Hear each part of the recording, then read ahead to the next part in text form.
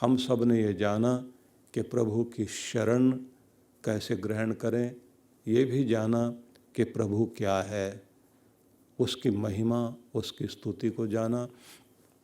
कृष्ण भगवान ने जो गीता में बताया था, उस सारे संदेश को हम लोग मनन कर रहे थे। और कल हम ये चिंतन कर रहे थे कि वह परमेश्वर जो सर्वव्यापी, सर्वंतर्यामिन, सर्वशक्तिमान, अजर अमर अभय नित्य पवित्र शुद्ध बुद्ध मुक्त स्वभाव है, जो अंतर्यामी होने के साथ साथ पतित पावन है, माता पिता बंधु सखा, और जो सभी का दाता, सभी को क्षमा करने वाला, दयालु और न्याय करने वाला ईश्वर है, जिसके अनेक अनेक नाम है, जो सब जगह है, सब घट में है, सब के अंदर बसा हुआ है। उस प्यारे ईश्वर की तरफ जाने के लिए हम सब लोगों को क्या उपाय करना चाहिए, तो नाम जपने का तरीका भी बताया था। साथ में ये भी कहा था कि आपका जपा हुआ नाम व्यर्थ नहीं जाएगा। मैंने मीरा का उदाहरण दिया था कि नाम नाम बिन न रहे, सुनो सयाने लोग। जपा हुआ नाम नाम पैदा कर देगा, आपका सम्मान बढ़ा देगा, आपके बाद भी आपका नाम दुनिया में रहेगा। और ये जपा हुआ नाम आपका लोक भी सुधारेगा, परलोक भी सुधारेगा। मीरा की कोई संतान नहीं थी और मीरा का कोई शिष्य भी नहीं था, लेकिन मीरा का नाम आज भी है और मीरा का नाम हमेशा रहेगा। उदाहरण दिया गया था। तो ये सब इसलिए बताया गया कि समय निकालकर प्रभु का नाम जपना सीखिए। ये भी बताया था कि नाम जपना, मंत्र जाप करना और जाप करते करते ध्यान में जाना, और ध्यान से ध्यान हट जाए तो फिर नाम जपते जपते फिर ध्यान में जाना। इस तरह से आप अपने मंत्र को सिद्ध करें, प्रभु से अपने आप को जोड़ें। ये सारी चीज़ों की चर्चाएं हुई और अब आज हम इससे आगे के मार्ग पर जा रहे हैं। इसके बाद में आता है कि दवाई भी बता दी गई, तरीका भी बता दिया गया। अब परहेज की बात है। परहेज क्या करना है? परहेज है कि हम अपना स्वर्ग तो बना रहे हैं, लेकिन हमारा बनाया हुआ स्वर्ग खराब ना हो जाए, जिंदगी खराब ना हो जाए, गलत रास्ते पर ना चल पड़े, चीज़ें बनी बनाई हमारी हाथ से ना छूट जाएं। तो उसके लिए कृष्ण भगवान ने एक संदेश दिया है। त्रिविधम नरकस्येदम द्वारम नाशनम आत्मनः कामः क्रोधस्तथा लोभस्तस्मादेतत्रयम् त्यजेत। श्री कृष्ण ये कहते हैं, त्रिविधम नरकस्य इदम द्वारम, तीन नरक के द्वार हैं और मनुष्य के अंदर ही हैं। नाशनमात्मनः, जो व्यक्ति के पतन का कारण होते हैं, ऊपर से उठाकर नीचे गिरा देते हैं। और तीनों के तीनों दुर्गुण व्यक्ति के अंदर हैं। हमारे नाभि से नीचे तक का भाग काम और कामनाओं का भाग है, जिसमें तरह तरह के वासनाएं और तरह तरह के आवेश रहते हैं। और नीचे की तरफ ही व्यक्ति जो है दौड़ता भागता रहता है। दूसरा भाग माना जाता है कि व्यक्ति का जो हृदय स्थान है, ये स्थान ऐसा है कि जहाँ लालच का संसार है। ये भी इकट्ठा कर लूँ, वो भी इकट्ठा कर लूँ, सारी चीज़ें हमारे साथ जुड़ जाएं। इसी को कहा गया है कि एक है कुंभकर्ण, एक है रावण और एक है मेघनाथ। इन दिनों में आप देखते हैं दशहरा होता है ना, तो उसके बाद वो तीन पुतले जलाए जाते हैं और तीनों को जलाते हुए कहते हैं कि विजयदशमी हो जाए। विजयदशमी है कि आप अपने 5 ज्ञानेंद्रियों और 5 कर्मेंद्रियों पर विजय प्राप्त करते हुए खुद के मालिक बन जाएं और अपने अंदर के काम को हटाकर राम को वहाँ स्थापित कर दें। तो सबसे पहले तो ये जान लीजिए कि भगवान श्री कृष्ण कह रहे हैं कामः क्रोध तथा लोभ, तस्मात् एतत् त्रयम् त्यजेत, इन तीनों को छोड़िए। तो बात तो लगती है सामान्य सी, लेकिन बात सामान्य नहीं है। क्रोध बैठा हुआ है माथे पर और लोभ बैठा हुआ दिल पर, और काम बैठा है नाभि से लेकर हमारे समस्त नीचे के अवयव इंद्रियों पर। इन जगह पर अपना प्रभाव डाले हुए है। रीढ़ जहाँ से शुरू होती है उस स्थान को कहा जाता है ये कुंडलिनी का स्थान है, चित्ती शक्ति का स्थान है, ऊर्जा का वो स्थान है जिस स्थान में हमारी सारी एनर्जी संसार की विषय वासना कामना इच्छा इस सब में लगी रहती है। तो हमारे यहाँ ये माना जाता है कि 4 पदार्थ सब लोगों को प्राप्त करने चाहिए। वो 4 फल की प्राप्ति है, धर्म, अर्थ, काम और मोक्ष। ये 4 फल प्राप्त करने का मतलब ये है कि एक तो मोक्ष है, दुखों से मुक्ति हो जाए। 2 चीज़ें वे हैं, धन भी हो और कामनाओं की पूर्ति भी हो। पहली चीज़ है कि आपको इस संसार में सफल होना, धन, समृद्धि, जमीन, जायदाद सब कुछ होना चाहिए, लेकिन धर्मपूर्वक। धर्मपूर्वक धन आए और धर्मपूर्वक अपनी कामनाओं की पूर्ति करो और ऐसे जिंदगी जीते जीते दुखों से मुक्ति पाओ।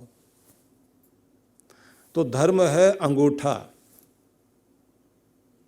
धर्म है विश्वास। कोर्ट कचहरी में भी अंगूठा लगाया जाता है, कितने भी सिग्नेचर करवा ले अंगूठे का निशान और लगवाते हैं। आजकल तो आपके दरवाजे तक जो अंगूठे से खुल रहे हैं, मतलब निशान लगाइए। आपके आधार कार्ड में भी ले जा करके उन्होंने कह दिया यही लगाना। बाकी तो आजकल लाइक करने में भी ये चल पड़ा। उससे पहले तो ये ऐसे से हिला देने का मतलब ही गलत होता था, झगड़े हो जाते थे जहाँ किसी ने ऐसे से हिलाया। इसके बिना ये सारी उंगलियां बेकार हैं, ये ध्यान रख लेना। अगर अंगूठा नहीं है तो इन उंगलियों का कोई फायदा नहीं है। ये जाएगा, सबके साथ मिलेगा और फिर पावर बनेगी। सारी उंगलियां जुड़ गई, अंगूठा ऊपर आ गया। ये विश्वास है और ये धर्म है। कहते हैं धर्मपूर्वक कर्म करते हुए चलिए। तो ज़्यादा लंबी चौड़ी व्याख्या नहीं की जा सकती, सार में आपको ये बताया जा सकता है कि धर्मपूर्वक धन कमाइए, धर्मपूर्वक जीना शुरू कर दीजिए। धर्मपूर्वक जब आप जिएंगे तो आप इंसानियत को ध्यान में रखेंगे। मेरे जैसा दूसरों का जीवन भी है, आत्मन प्रतिकूलानि परेशान समाचरित। जैसा हम अपने लिए चाहते हैं वैसा व्यवहार दूसरों के साथ करना शुरू कर दें, बस इसी का नाम तो धर्म है। वही तो गुण हैं जो आपको जिताते हैं। धृति, क्षमा, दमोस्तेम, शौचम, इंद्रिय निग्रह, धीर, विद्या, सत्यम, क्रोधो, दशकम, धर्म लक्षणम, ये जो कहा गया है यही तो धर्म है। और अधर्म कहाँ आ जाता है? जब आप बेचैन रहने लग जाते हैं, उद्विग्न रहने लग जाते हैं, आप जो है हिले हुए रहते हैं, समस्याओं से भागना शुरू कर देते हैं, जल्दी बेचैन हो जाते हैं, धैर्य छोड़ने लग जाते हैं, और जब आप किसी को माफ़ करते ही नहीं, बदला लेने की भावना रखते, वही तो अधर्म है। और जब आपका खुद पर कंट्रोल नहीं है, पवित्रता का ध्यान नहीं है, चोरी, छल, कपट में लगे हुए, वो अधर्म। और जब आपका अपनी इंद्रियों पर वश नहीं है और आप गलत तरफ जा कर के गलत कार्य करने लग जाते हैं, वही तो अधर्म है। और जब अपनी अक्ल का दुरुपयोग करते हैं वो अधर्म है। जब झूठ का सहारा ले लेते हैं वो अधर्म है। और जब क्रोध में आकर के, आवेश में आकर के आप हिंसा पर उतारू हो जाते हैं, वही सब अधर्म है। 10 तरह के अधर्म है और 10 तरह के धर्म है। जब धैर्य आपके अंदर है, जब आपके अंदर क्षमा करने की भावना होती है, छल कपट से आप दूर हो जाते हैं, इस सब को धर्म कहा गया है। खुद पर नियंत्रण है और क्षमा भाव के साथ साथ दूसरों को बर्दाश्त करना जानते हैं। अपने क्रोध पर काबू पाया हुआ है, अक्ल का सही उपयोग करते हैं। इन सब को धर्म अच्छा गुण माना गया। कहते हैं धर्म पूर्वक जब जिंदगी आप जीने लग जाते हैं वो जिंदगी आपको कीमती बनाती है और उसी से कल्याण होगा। लोग कहते हैं ये पुराने तरह की बातें हैं, पुरानी बातें। अब आज की दुनिया में ये कैसे ज़िंदगी चलेगी इससे? आज के समय में तो आदमी को चालाक होना चाहिए, और धर्म के सहारे बैठे रह गए तो अधर्म वाले आपको लूट के चले जाएंगे। इस तरह की बातें करके हम लोग जो अधर्म का रास्ता पकड़ लेते हैं, और जिसका परिणाम ये होता है कि ये एक ऐसी चीज़ है जो शुरुआत में तो आपको हंसा सकती है पर ज़िंदगी भर के लिए रुलाएगी ज़रूर। गलत रास्ता दुखदायी होता ही होता है, ये बात ध्यान रख लीजिए। और सबसे बड़ी खास बात मैं आपको बताना चाहता हूँ जिस पर हम सबको विचार करना चाहिए। अगर आप धर्म वाले हैं, योग्य हैं, समझदार हैं, अपने आप को आपने जो है योग्य बनाया, टैलेंटेड आप होने के साथ में आपके अंदर पात्रता है, तो भगवान ने आपको कोई भी चीज़ दी या थोड़ी थोड़ी आपने कमाई, अपने आप को बढ़ाया, तो वो चीज़ आपके पास टिकेगी। नहीं तो जहाँ से आई है वहीं वापस चली जाएगी। मैं उदाहरण देता हूँ आपको। जिन लोगों को एकाएक धन की प्राप्ति हो जाए, किसी हाईवे पर ज़मीन आ जाए किसी की और वो बिके बहुत अच्छे रेट पर, रातों रात करोड़पति हो जाए आदमी, संपत्ति तो आ गई, किस्मत जाग गई, भाग्य ने आपको दे दिया, लेकिन आप इस लायक नहीं है कि आप संभाल सकें, क्योंकि आपके पास वो गुण ही नहीं है धन से धन कमाया जा सके।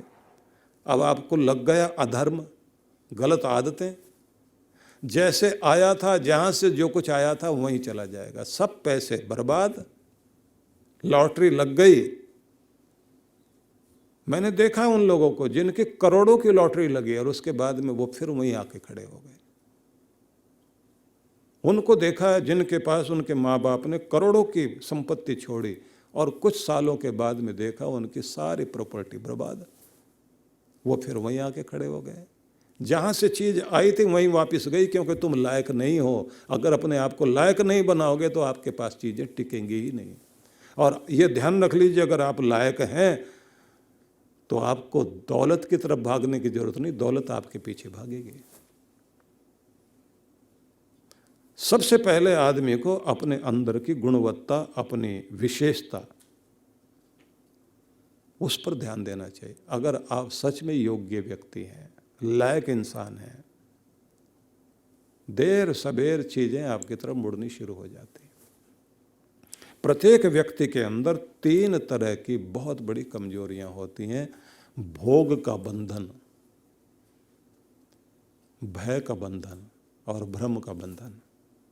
इनको माना गया है ये व्यक्ति को बांध लें तो आदमी जो है इनमें उलझ के रह जाता है। कृष्ण भगवान ने ये कहा कि प्रत्येक व्यक्ति को धर्म पूर्वक अपनी कामनाओं की पूर्ति करनी चाहिए, अधर्म पूर्वक नहीं। हर चीज परमात्मा के द्वारा दी गई है और आपको अमानत के रूप में कुछ भी मिला तो ये अमानत वापस लौटानी पड़ेगी। इसलिए जिसकी है वो ले लेगा। चीज़ें भगवान से आपको मिली हैं, आप प्रयोग करिए और प्रयोग करने के बाद आप उनके द्वारा पुण्य कमाइए, धर्म कमाइए, यश कमाइए, खुश रहिए, परिवार का ध्यान रखिए, सबका ध्यान रखिए, लेकिन इनके द्वारा अधर्म करने का प्रयास मत कीजिए, क्योंकि कहीं ऐसा ना हो चीज़ें तो दी गई, चीज़ें भगवान के द्वारा जो दी गई हैं वो तो लौटेंगी, अगली पीढ़ी पर चली जाएंगी।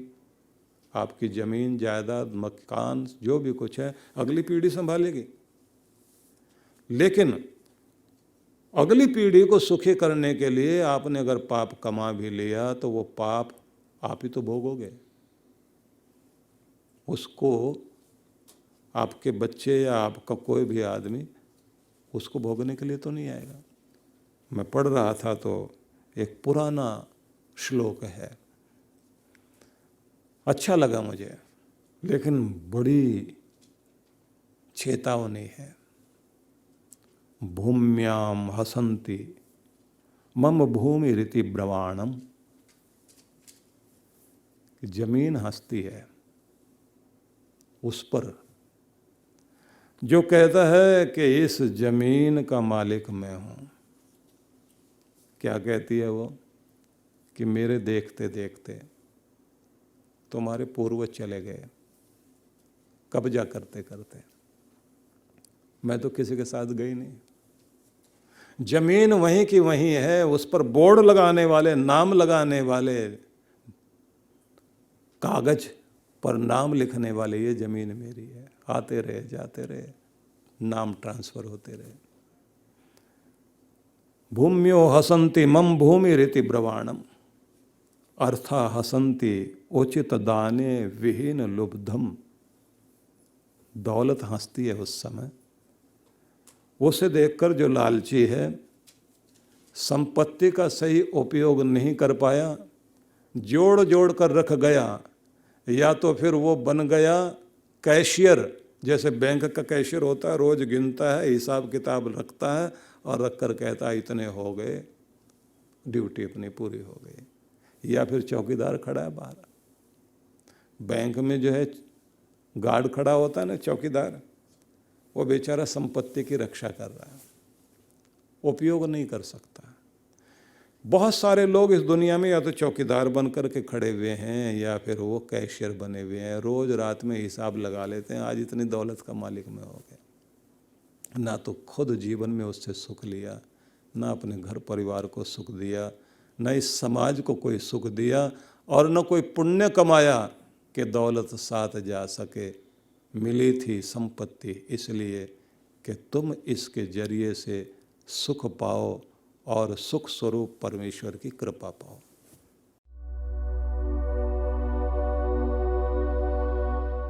हिमालय के उत्तुंग शिखरों ने मनुष्यों को बहुत कुछ दिया है, और विशेष रूप से देवभूमि हिमाचल, जो फलों के लिए, फूलों के लिए और वहाँ के बहुत प्यारे लोगों के लिए प्रसिद्ध भूमि है। हिमाचल के मनाली वाले व्यास नदी के तट पर आप सबको साधना धाम आश्रम में हम लोग आमंत्रित करते हैं चांद्रायण के लिए।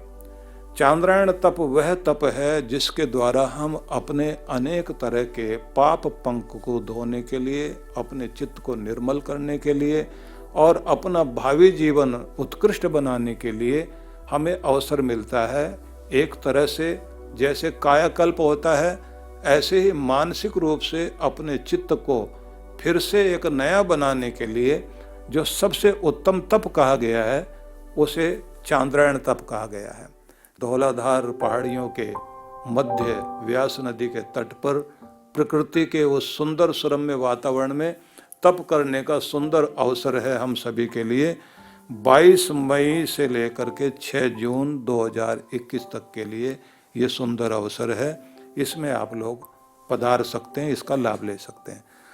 दूसरा, मैं आपको ये भी कहना चाहता हूँ, जो 5 दिवस के लिए ही साधना करने के लिए आना चाहते हैं, तो इस बार साधना बहुत ही अलग तरह की साधना हो रही है, जिसमें कुंडलिनी जागरण से लेकर के समस्त चक्रों के जागरण की विधि सिखाने के साथ साथ में हम अपने सौभाग्य चक्र को किस तरह से जागृत कर सकते हैं और अपने 10वें द्वार तक अपनी चेतना को कैसे पहुंचा सकते हैं, जिससे जन्म भी सुधरे और मरण भी सुधरे। तो यह चक्र साधना, कुंडलिनी शक्ति के जागरण की साधना और सौभाग्य प्राप्ति के लिए सौभाग्य ध्यान का सुंदर अवसर होगा, जिसके लिए 5-5 दिन के ये कैंप चलेंगे। मैं आमंत्रित करता हूँ आप सभी को कि आप आइए और इसमें भाग लीजिए।